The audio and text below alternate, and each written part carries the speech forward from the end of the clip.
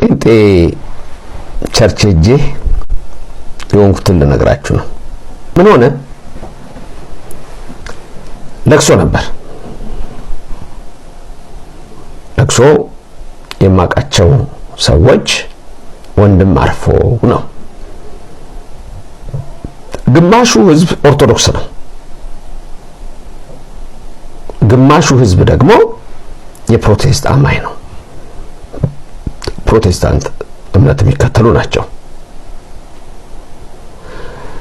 ለቅሶ የፕሮቴስታንት ቸርች ውስጥ ነው። እኔ እዛ ለቅሶ ልደርስ ክርስቲያኖች ስላሉ ኦርቶዶክሳውያኑ ሄድኩኝ። እዛ ቁጭ እንዳልኩ አንድ ትልቅ ሰው መምህር ትንሽ የእግዚአብሔር ቃል ብትነግረን አሉኝ። የሄድኩት አጠገቤ አንድ ካህን አሉ። የኛ የደብረ ገነት መድኃኔዓለም ቄሰ ገበዝ ሊቀ ጉባኤ ቀሲስ መኳንንት ጋር አብረን ይሄን ነው እና አይ አልኩኝ። እኔ ቀድሞ ነገሮችን እግዚአብሔር ይመስገን ዝም ብዬ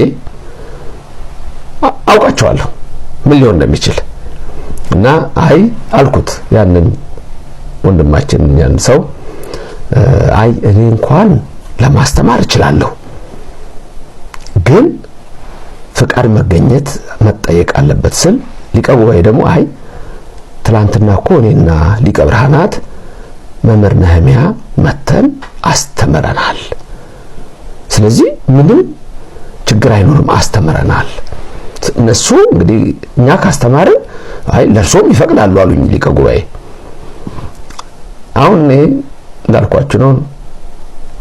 ያን ሰው ሄድና አነጋግርና ፓስተሩን ከዛ በኋላ ማስተማር ይችላል። ምክንያቱም ዝም ብዬ ተነስቼ አላስተምርም። የመጣሁበት የኔ ቤት አይደለም፣ ሲፈቀድ ነው ማስተምረው። ትላንት ግን ሁለቱ የኛ ካህናት አስተምረዋል። ከዛ በኋላ ሄደ ያ ሰውና ትንሽ ቆየ። ለሊቀ ጉባኤ ምን አልኳቸው? ሊቀ ጉባኤ ለኔ የሚፈቅዱ አይመስለኝም፣ ለኔ የሚፈቅዱ አይመስለኝም። እኛ አስተምረናል፣ ትላንት ለኛ ፈቅደዋል አሉ። አይ ጥሩ፣ ግን ለኔ አይመስለኝም። በኋላ ቆየ ትንሽ፣ መጣ ያ ሰው።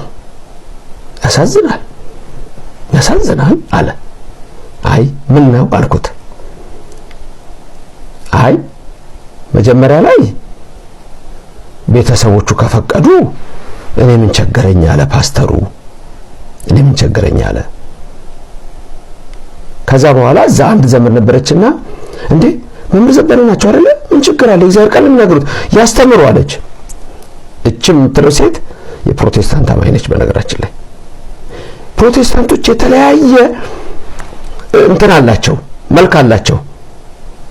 አሁን ለምሳሌ ትላንት ያስተማርኳችሁ ትምህርት አለ። ድንግል ማርያምን የሚጠላውን ያን ወታደር እንዴት እንዳደረገው የሚያሰው እንዴት እንዳደረገ እንደዛ የሚጠሉ ሰዎች አሉ። አንዳንዶች ደግሞ ድንግል ማርያምን እንዴ የአምላክ እናት አይደለችም እንዴ የሚሉ አሉ።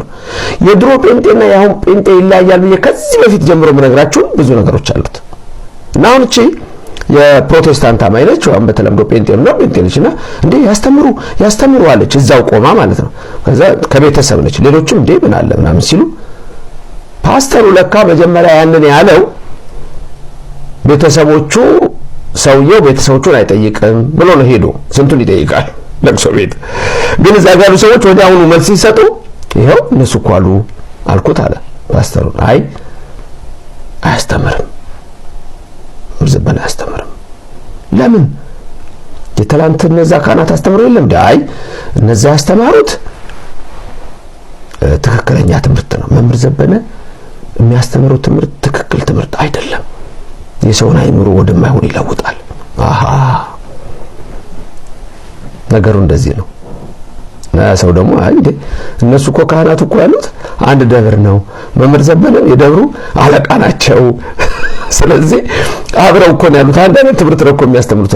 አይ አይደለም እና ፓስተሩ ከለከለኝ ማለት ነው።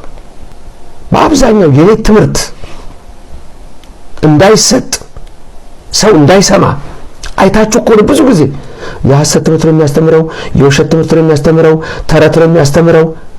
አያችሁ ምን ገጠመኝ ብዬ ነገርኳችሁ። ለምንድን ነው በዚህ በዩቲዩብ የሚሰጠው ትምህርት በቲክቶክ የሚሰጠው ትምህርት ለመቃው ቁጭ ብለው ተነስተው ትምህርት እኮ የላቸው።